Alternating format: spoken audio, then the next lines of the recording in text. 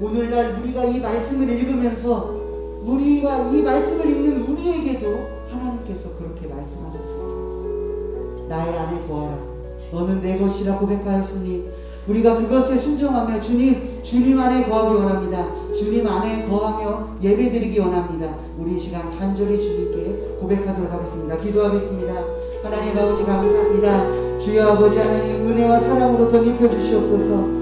하나님 안에 거하기 원합니다. 나는 포도나무요 너희는 가지니 저가 내 안에 내가 그 안에 거하면 이 사람은 과실을 많이 낸다며 나를 떠나서는 너희가 아무것도 할 수 없느니라 라고 말씀하신 그 주님의 고백처럼 주님 우리가 그것에 순종하며 예배드리기 원합니다. 아버지 하나님 주님 안에 거하기 원합니다. 주님 안에 거하기 원합니다. 주님 안에서 두려워하지 않고 나를 지키시는 하나님을 소망하며 주님 흔들리지 않고 나아가게 하여 주시옵소서. 주님을 사랑합니다. 주님을 의지합니다. 주님 사랑한다고 고백할 수 있는 우리가 되게 하여 주시고 날마다 하나님을 닮아가는 우리의 모습이 되게 하여 주시옵소서. 지혜를 더하여 주시옵소서. 하나님 아버지 우리가 이 시간 간절하게 예배드립니다. 비록 많은 친구들이 오지 못했다 할지라도 영상으로 예배드리는 친구들이나 그리고 여기에서 예배드리는 모든 이들에게도 주님 함께하여 주셔서 주님의 사랑이 주님의 은혜가 주님의 그 크고 놀라우신 그 역사하심이 우리에게도 나타나게 하여 주시고 우리도 보고 듣고 경험하게 되어지는 놀라운 은혜가 있는 주일이 되게 하여 주시옵소서. 감사드리며 예수 그리스도의 이름으로 기도합니다. 아멘. 하나님 말씀 보도록 하겠습니다. 하나님 말씀은 잠언 3장 9절에서 12절 그리고 27절에서 28절까지의 말씀입니다. 잠언 3장 9절에서 12절 그리고 27절에서 28절까지의 말씀입니다. 구약성경 913쪽입니다.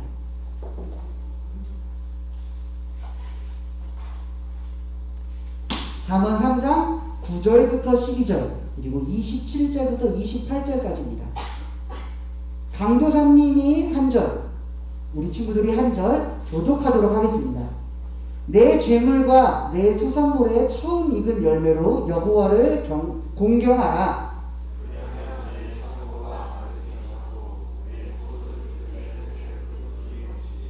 내 아들아, 여호와의 징계를 경히 여기지 말라. 그 꾸지람을 싫어하지 말라.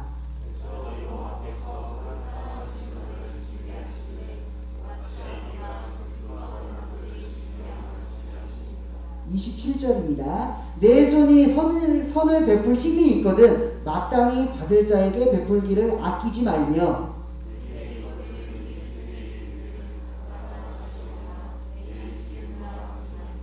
아멘. 우리 한 목소리로 9절부터 다시 한 번 더 읽도록 하겠습니다. 시작. 내 재물과 내 초산물의 처음 익은 열매로 여호와를 공경하라. 그리하면 내 창고가 가득히 차고 내 포도즙 틀에 새 포도즙이 넘치리라. 내 아들아, 여호와의 징계를 경히 여기지 말라. 그 꾸지람을 싫어하지 말라.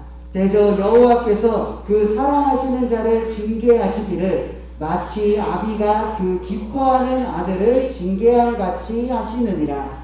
내 손이 선을 베풀 힘이 있거든 마땅히 받을 자에게 베풀기를 아끼지 말며 내게 있거든 이웃에게 이르기를 갔다가 다시 오라. 내일 주겠노라 하지 말며. 아멘. 사랑하는 중고등부 친구들, 오늘 강도사님은 잠언 3장 9절에서 12절 그리고 27절에서 28절까지 말씀을 통해서 지혜로운 사람의 특징 2탄, 지혜로운 사람의 특징 2탄이라는 제목을 가지고 말씀을 전하도록 하겠습니다. 잠언 3장에서는 지혜로운 사람의 특징이 강사님이 저번 주에 6가지가 소개되고 있다는 것을 이야기해 주었어요. 첫 번째는 하나님을 신뢰한다. 두 번째는 범사의 하나님을 인정하고 내 명철을 의지하지 않는다. 내 생각대로 행동하지 않는다. 그리고 세 번째, 듣는 마음과 듣는 태도를 기른다. 경청하는 태도를 기른다. 였어요. 저번 주는 6가지 중에 3가지를 이야기해 줬죠. 오늘은 나머지 3가지에 대해서 이야기하도록 하려 합니다. 지혜로운 사람의 네 번째 특징이 있어요. 그것은 후히 드린다입니다. 후히 드린다. 따라해 볼까요? 후히 드릴 줄 안다. 다시 한 번 더. 후히 드릴 줄 안다. 어떤 농부가요, 목사님께 자신의 소가 뜻밖의 쌍둥이를 낳게 된 거예요. 소도, 동물도 쌍둥이가 존재해요. 그래서 소가 2마리가 낳게 되어진 거예요. 그래서 그것을 기뻐하면서 목사님께 전하면서 나중에 한 마리 값은 주님을 위해서 쓰겠습니다. 제가 교회에 바치겠습니다. 라고 이렇게 이야기를 했어요. 그런데 몇 주 후에 농부에게서 이런 연락이 왔어요. 저 목사님 죄송한데 쌍둥이 소 중에서 주님께 드리기로 했던 소가 죽었습니다. 다시 한번 이야기해 줄게요. 목사님 죄송한데 쌍둥이 소 중에서 주님께 드리기로 했던 송아지가 죽었습니다. 2 송아지가 있었지만요, 죽은 쪽이 주님께 드린 송아지라는 것이죠. 물론 정말로 내가 이 송아지를 드리겠다라고 약속했는데 그 송아지가 죽었을 수 있어요. 그러나 우리가 가지고 있는 2가지가 있을 때에 주님께 드려야지라고 했다가 내가 드릴 수 없는, 1가지가 드릴 수 없는 상황이 됐을 때 드리지 않는 경우가 있다는 거예요. 비단 이 이야기가 과연 농부에게만 적용되는 이야기일까요? 아니에요. 우리 중에도 그런 경우가 많습니다. 강도사님도 그랬던 경우가 있어요. 우리의 헌금은 되게 계획적이거나 내가 미리 정말 용돈을 받으면 내가 10만 원을 받았다. 그럼 나는 10,000원은 바로 11조. 그리고 나머지 돈은 이렇게 내가 써야지. 라고 하는 친구들이 있을 수 있겠지만 대다수 친구들은 그렇게 하지 못하는 친구들도 많아요. 그런데 실망할 것이 없는 것은 청년들도, 심지어 어른들도 그렇게 하는 사람들이 굉장히 많다라는 거예요. 그러면 청년들이나 어른들도 그렇게 하니까 내가 이렇게 해도 되는 거구나 라고 생각하지 말고 계획적으로 드리거나 헌신적으로 드릴 필요가 있는 거예요. 쓰고 싶은 곳에 다 쓰고, 나 옷도 사고, 이제 아이폰 12가 나왔는데 12 사고, 아이패드도 하나 장만하고, 또 어떤 거 사고, 신발도 사고, 맛있는 것도 먹고 하고 남은 돈을 헌금을 하는 것이 아니라는 거예요. 예수님은 남는 것만이 아니라 그분 자신의 목숨을 바치셔서 우리를 사랑하셨고 우리를 구원하셨어요. 충동적으로 드리신 것이 아니라 갑자기 내가 십자가에 못 박혀야 될 것만 같아 라고 해서 십자가에 달리신 것이 아니라 계획하셨어요. 하나님의 그 계획을 순종하신 것이죠. 충동적으로만 하는 것이 아니라 계획적으로 하나님께 드릴 수 있는, 그것이 제물이 되었든 아니면 섬김이 되었든, 찬양팀으로 이렇게 섬기는 친구들이나 PPT를 하는 친구들이나 저렇게 카메라를 이렇게 설치해 주시는 분들이나 모든 분들, 혹은 내가 섬길 수 있는 것이 무엇이 있을까? 겨울이니까 추우니까 내가 일찍 와서 보일러를 미리 틀어놔서 춥지 않도록 해야겠다. 혹은 신발이 좀 너무 지저분하게 받게 되어 있는데 신발을 좀 정리해야겠다.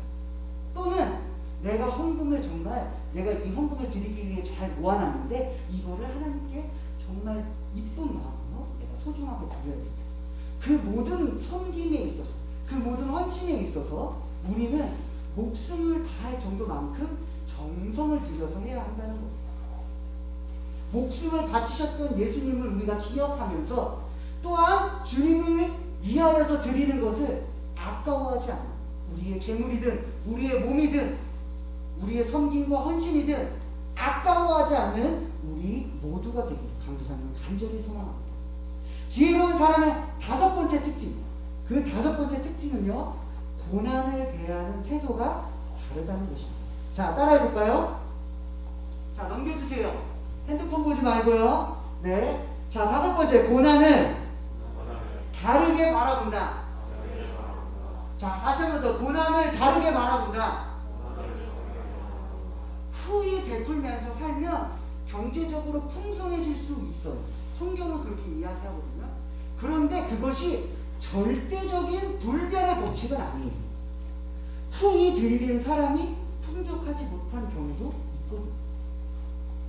세상은 우리가 이해하지 못하거나 우리의 힘으로는 해결할 수 없고 고칠 수 없고 이거를 감당할 수 없는 불가사의한 일들이 가득해요.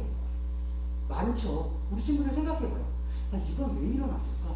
내 삶에 이런 문제는 왜 생겼을까? 아니 내가 이거를 굳이 왜 경험해야 됐을까? 라고 생각하는 것들이 굉장히 많고 앞으로도 많을 것이라는 거죠. 그런데 지혜는 그런 어려운 상황을 준비하고 대처할 수 있는 힘을 준다는 것이에요. 고난은 지혜를 자라게 하는 징계이기도 하기 때문이에요. 우리가 생각하고 있는 징계는요, 처벌, 벌 받는 것, 반성하면서 받는 것, 이것이라고 생각하는데 성경에서 말하고 있는 징계는 달라요. 고난을 통해 우리는 하나님과 더 가까워져서 더 강인하고 사랑이 많아질 수 있고, 반대로 하나님으로부터 마음이 멀어져서 완고해질 수도 있어요. 그러나 고난은 우리에게 불가피한 선택입니다. 우리는 무조건 경험해야 되는 것이라는 거예요. 그래서 그 고난은 우리를 더 지혜롭게 하기도 할 때가 있고 좌절해서 더 미련하게 할 때도 있다는 거예요. 그러면 우리 친구들은 고난에 대해서 어떻게 반응할 건가요? 만약에 피할 수 없는 고난이 닥쳤다. 그렇다면 그것을 영적으로 성장하는 수단으로서 그것을 통해서 깨닫게 하려고 하시는 하나님의 계획으로 우리가 받아들이길 간절히 소망합니다. 하나님을 신뢰하는 자세를 품는다면요, 우리의 작은 고난으로 원망하기보다요, 우리보다 훨씬 더 크신 고난을 겪으셨던 예수님이 떠오르게 될 거예요. 고난과 역경의 준비가 되어 있나요? 대비가 되어 있나요? 만약 그렇지 않다면 그렇게 대비할 수 있는 지혜를 사모하세요. 그리고 기도하세요. 그러면 고난을 이겨낼 만큼 우리는 영적으로 더욱 강건해지고 성장하게 될 것입니다. 어떤 폭풍이 몰려올지라도 이겨낼 수 있는 장성한 믿음을 가진 우리 중고등부 친구들이 되기를 강사님은 간절히 소망합니다. 마지막으로요, 지혜로운 사람의 6번째 특징, 그것은 정의로운 마음을 지닌다는 것입니다. 자, 따라해볼까요? 정의로운 마음을 지닌다. 다시 한 번 더, 정의로운 마음을 지닌다. 오늘 말씀에서 하는 이 말씀은요, 이웃이 마땅히 받아야 할 몫에 대해서 이야기하고 있어요. 27절과 28절은 그렇게 이야기하거든요. 어려움에 처한 사람을 돕지 않는 것은 단지 사랑이 없는 것이 아니라 불의한 것이다. 불의한 것이다. 이런 사람들이 있어요. 불의를 보면 못 참고 달려드는 사람. 예를 들면 어떤 한 사람이 누군가에게 막 이렇게 몰려서 막 이렇게 손찌검을 당하고 있어요. 금품 갈취를 당하고 있어요. 그거를 내가 봤어요. 자, 성은이 그 상황을 직면했어요. 성은이는 어떻게 할 건가요?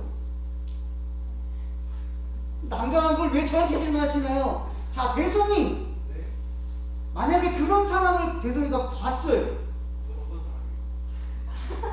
어떤 사람이냐면요, 다시 설명해 줄게요. 어떤 한 사람이 모르는 사람인데 다른 사람한테 들려서 막 맞고 있고 돈을 뺏기고 있는 거예요. 대성이 또래 정도 되는 사람. 그럼 대성이가 그걸 봤어요. 지나가다가. 그거 어떻게 할 거예요? 저는 신고하고 갈 것 같아요. 지금 신고하고 갈 것 같아요. 신고하는 것만으로도 진짜 잘한 거예요. 왜냐하면 대다수의 사람은 그 상황을 보면, 그런데 그 상황을 보고 지나가고 몰래 가슴을 댔는데 눈이 마주쳤어. 예를 들어 나와 눈이 딱 마주쳤다. 큰일 났다. 도망가야겠다. 야 이렇게 부르고 손짓을 하고 있어. 그럼 내가 신고해야겠다. 내가 도와줘야겠다라는 생각이 들지 않는 경우가 많아요. 왜냐하면 나도 맞게 되고 나도 금품을 같이 당할 수가 있으니까요. 맞아요. 좋은 거죠. 맞아요. 왜 좋아요? 합의금. 합의금이 아니라 맞는 사람이 누가 적당하게 때려요. 때리는 사람이. 그냥 이거 가돌리고 맞으면 돼요. 가지고 말리면 되는데 그거 맞고 도망가면 어떻게 하세요? 도망가면요. CCTV가 없는 곳에서 맞으면 어떡할 거예요? 물론 이런 극단적인 상황은 강사님이 얘기한 거지만, 자, 이런 경우가 맞이하게 됐을 때 우리는 도망가고 싶은 욕구와 돕고 싶은 욕구가 충돌하게 된다는 거예요. 그것이 충돌하게 돼요. 돕고는 싶은데 내가 도울 수 있을까? 내가 한 5명 정도를 1대5, 내가 17대1로도 싸울 수 있으니까 5명 정도야 껌이니까 라고 해서 도와줄 수 있을까? 물론 무예가 뛰어난 사람은 그럴 수 있지만 그러지 못하는 경우가 많다라는 거예요. 자, 하나님께서 조금 쉽게 말한다면 이웃에게 없는 것이 나에게 있거든 나누어 주라고 말씀하시는 거예요. 예를 들어서 누군가에게 없다. 근데 나는 있다. 그러면 그거를 나누어 줄 줄도 알아야 한다는 겁니다. 근데 이거를 나누어 줄 줄 알아야 된다가 아니라 나눠 줘라. 하나님께서 나를 세워주셨듯이 그 상대방 또한 그것을 누릴 권리가 있다 라고 하시는 것이죠. 칼빈이라고 하는 사람이 있어요. 칼빈이라고 하는 사람은 이런 이야기를 했습니다. 사람의 자격을 따질 것이 아니라 하나님의 형상을 바라봐야 한다. 그 형상은 모든 존중과 사랑을 받아 마땅하다. 그 사람이 받아 마땅한 대우는 나와는 전혀 다르다고 이야기할지 모르겠지만 그렇다고 주님은 마땅히 어떤 대우를 받으셔야 해서 그렇게 우리를 사랑하셨습니다. 조금 어려운 말인가요? 강사님 쉽게 얘기해 줄게요.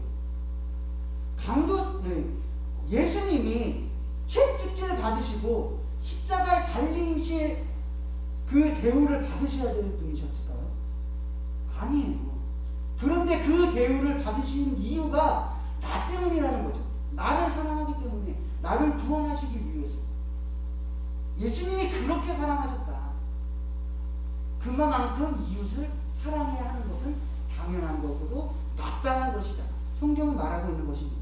누가복음 10장 27절에서 36절에는 선한 사마리아인의 비유가 나옵니다.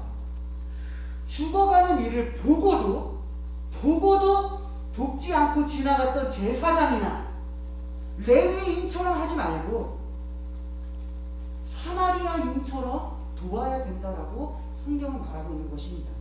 그래서 오늘 말씀 28절은 우리가 해야 할 선행을 뒤로 미루지 말라. 내가 그것을 하고 싶은 마음이 들었다면 그것을 미루지 말라 라고 이야기합니다. 어떤 이는 이렇게 이야기합니다. 하나님 잠시만 제가 이것만 해결하고 하나님 말씀 드릴게요. 이것만 해결하고 순종할게요 라고 하는 것은 불순종이다. 순종을 미루는 것은 불순종이다.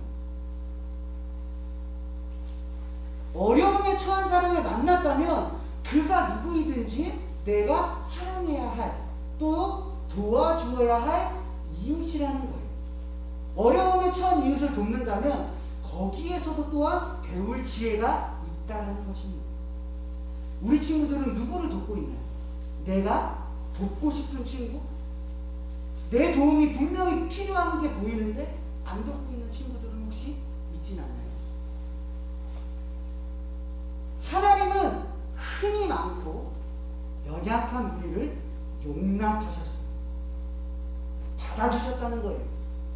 너는 힘이 많아서 구원받을 자격이 안 돼. 너는 죄가 너무 많아서 구원받을 자격이 안 돼. 너 스스로는 구원받을 수 없어. 그러니까 내가 해결해 줄게. 하나님은 우리를 그렇게 용납하여 주셔서 우리를 구원하여 주신 거예요. 여기에는 모두가 다 주님께 무한하게 소중한 존재임을 잊지 않고 진정으로 사랑하는, 사랑을 실천하는 우리 친구들이 되길 간절히 소망합니다. 한 친구가, 여기 있는 한 친구가 요즘 이제 푸시업 챌린지라고 해서 PTSD를 이제 자살하는 것을 방지하는 차원에서 그것을 돕고 힘내라는 차원의 응원의 차원에서 그 메시지에 지목받아서 그것을 열심히 감당하는 친구들이 있어요. 그런데 그거 그냥 무시해버리면 그만이에요. 무시해버리면 그만이에요. 나 이런 거 하기 싫어. 왜 나한테 이런 걸 지적해? 안 해. 라고 할 수 있어요. 그런데 그것이 그 의미가 소중하니까 혹여나 어떤 지나가는 한 사람이, 보는 한 사람이 그것을 통해서 힘이 되고 회복이 된다면 돕는 거죠. 사랑은 그렇게 실천하는 거예요. 추상적인 것이 아니라요, 고백해야 돼요. 핸드폰을 보고 있는 대성이 내가 너를 너무 사랑해. 사랑은 고백해야 돼요. 물론 느껴지기도 해요. 그러나 사랑은 실천적이에요. 고백해야 해요. 그렇게 사랑을 고백하는 우리 친구들이 되기를 간절히 소망합니다. 말씀을 정리할게요. 지혜로운 사람의 특징이 이탈이라는 제목으로 오늘 강사님의 말씀을 전했습니다. 지혜로운 사람의 첫 번째 특징은 하나님을 신뢰하는 것이요. 두 번째, 범사에 하나님을 인정하고 내 명철을 의지하지 않는 것이요. 세 번째, 듣는 마음과 듣는 태도를 기르는 사람입니다. 네 번째, 후히 드릴 줄 알았습니다. 다섯 번째, 고난을 다르게 바라봅니다. 여섯 번째, 정의로운 마음을 짓는다는 것이었어요. 여기에 있는 6가지, 자 넘겨주시겠어요? 여기 있는 6가지가 강도사님도 다 포함이 되지 않아요. 강도사님도 정말 이런 사람이 되고 싶지만 너무 강도사님도 지혜가 부족해요.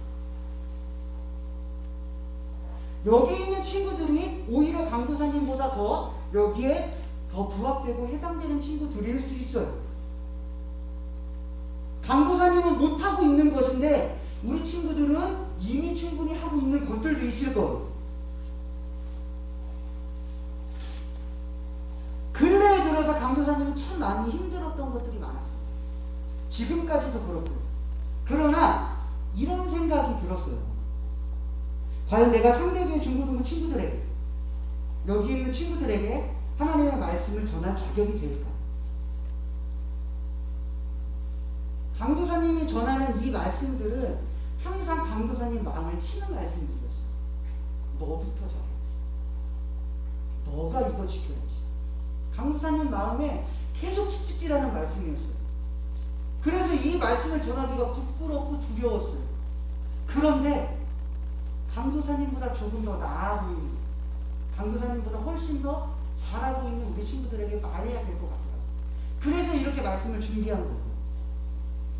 강도사님이 너무 힘들어서 강도사님이 정말 좋아하는 한 강도사님에게 이런 이야기를 했어요. 이래저래 저래 해서 요즘 이런 것들이 힘들고 요즘 이런 것들이 너무 마음이 힘듭니다.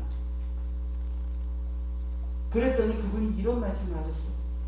강도사님, 명훈 강도사님, 하나님이 분명 강도사님에게 퍼펙트한 최고의 날을 예비하셨는데 그것에 대해서 힘듦과 불평과 불만을 쏟아내는 그 모습은 퍼펙트하시며 완벽하시며 실수하지 않는 하나님이 실수하고 계신다는 것을 말하고 있는 건 아닌가요?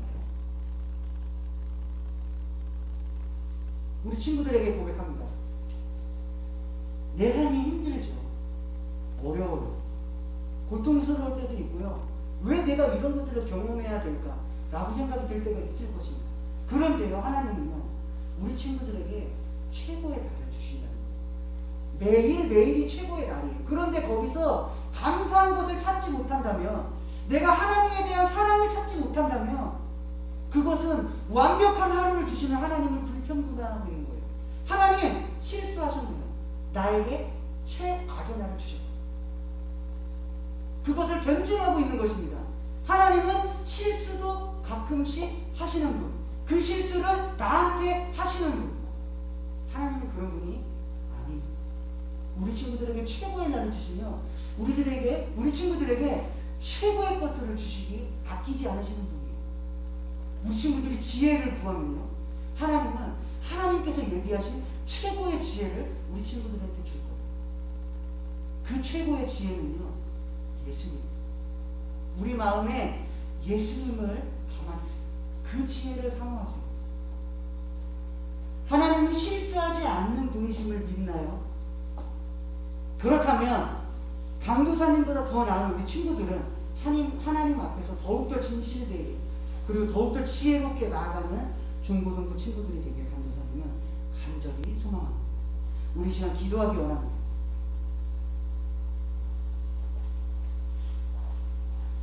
우리 두려워 말라 한번 찬양하고 기도하기 원하는데요. 우리 함께 말씀을 생각하면서 같이 기도하기 원합니다. 이 찬양을 고백하면서 나와 함께 하시며 나를 지키시는 아버지 하나님을 늘 의지하며 하나님께 나아가기 소망합니다.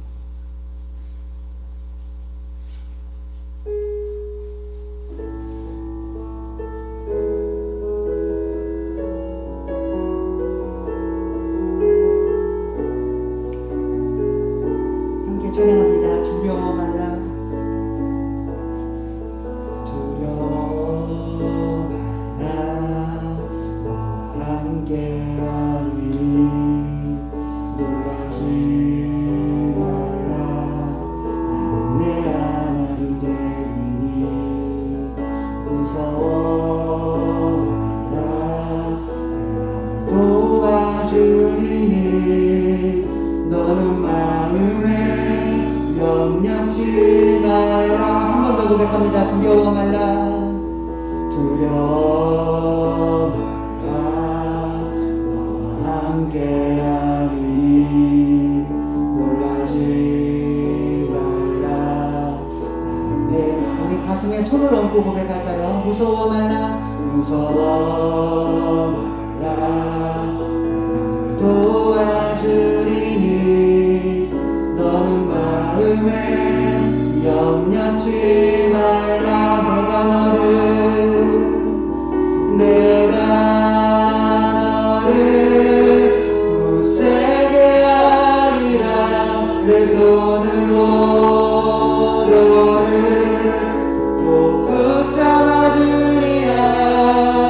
내가 너를 의롭게 하리니 너는 마음에 염려치 내가 너를 굳세게 하리라 내가 너를 굳세게 하리라 내 손으로 너를 꼭 붙잡아 주리라 내가 너를 의롭게 함이니 너는 마음에 염려치 말라. 우리 시간 기도하기 원합니다. 하나님께서 찬양을 통해서 이렇게 우리에게 말씀하십니다. 두려워하지 말라. 내가 너를 굳세게 하리라. 내 손으로 너를 꼭 붙잡아 주리라. 내가 너를 의롭게 함이니 너는 마음에 염려하지 말라. 우리가 이 시간 두려워하는 마음, 내 속에 근심과 염려하는 마음 다 내려놓고 주님을 붙듭니다. 주님, 우리 마음에 있는 이 어지럽고 혼돈한 이 마음을 주님 정리하여 주시고 하나님으로 가득 채워 주시옵소서. 지혜 더하여 주시옵소서. 우리 시간 간절히 기도하기 원합니다. 기도하겠습니다. 아버지 하나님, 주님, 하나님께서 나를 도와주신다고 하신 그 말씀을 의지합니다. 언제나 나에게 좋은 것을 주시며 나에게 최고의 하루와 최고의 날을 얘기하여 주시니 주님, 내가 그것에 감사하며 고백하며 살아갈 수 있는 하루가 되게 하여 주시고 그런 매일매일을 살아가게 하여 주시옵소서. 반복되는 일상 속에서 반복되는 불평과 불만을 가지는 것이 아니라 오히려 주님을 찬양하는 삶을 살기 원합니다. 하나님 아버지, 하나님께서 나에게 사랑해 주시고 몸을 바치어 그 아들을 희생하시기까지 사랑해 주셨는데 나는 그것을 아는 지혜가 부족합니다. 나는 그것을 마음에 두고 있지 못하며 매 순간마다 불평과 불만과 힘듦을 토로하고 있습니다. 주님, 나를 사랑하신다면서 왜 내 삶이 이 정도인 것입니까? 왜 내 삶이 이렇게 피폐하며 힘들며 나의 삶이 이렇게 하나님 앞에 나아지지 않는 것 같습니까? 왜 오히려 믿지 않는 사람보다 나의 삶은 오히려 더 안 좋은 것 같습니까? 하나님, 나를 사랑하신다면서 하나님의 사랑은 왜 느껴지지 않는 것입니까?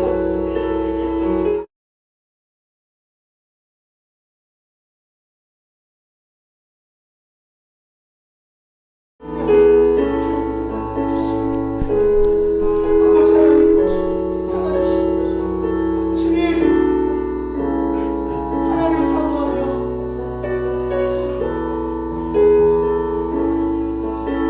나를 붙잡아주시고 나를 죽기 싫어하는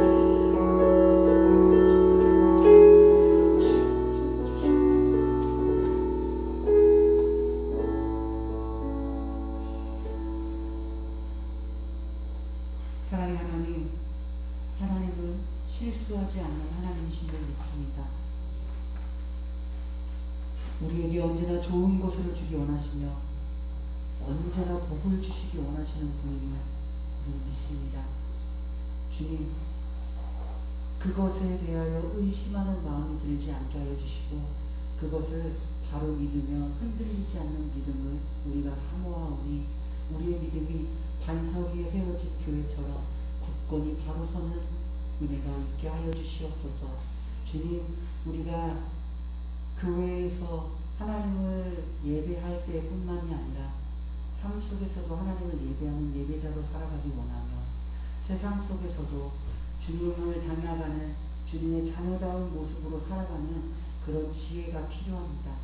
모든 순간, 매 순간순간마다 하나님께서 주신 지혜가 필요하오니 지혜를 우리에게 주시고 가장 큰 지혜는 예수 그리스도임을 우리가 믿기 때문에 우리의 마음속이 성령 하나님으로 가득히 채워지며 예수 그리스도의 그 사랑에 반응하며 우리도 그 사랑을 나누는 자가 되게 하여 주시옵소서.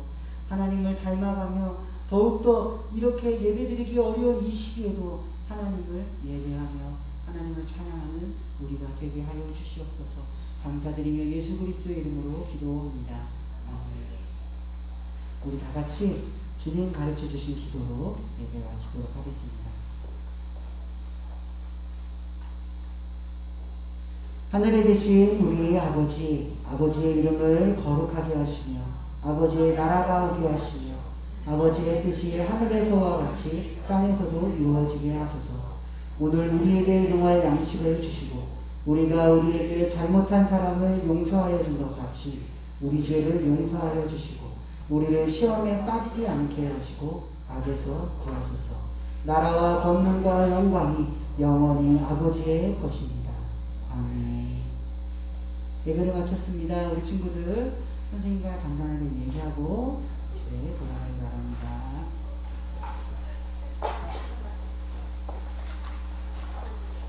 고3 친구들은 위에 로비에서 모이도록 하겠습니다.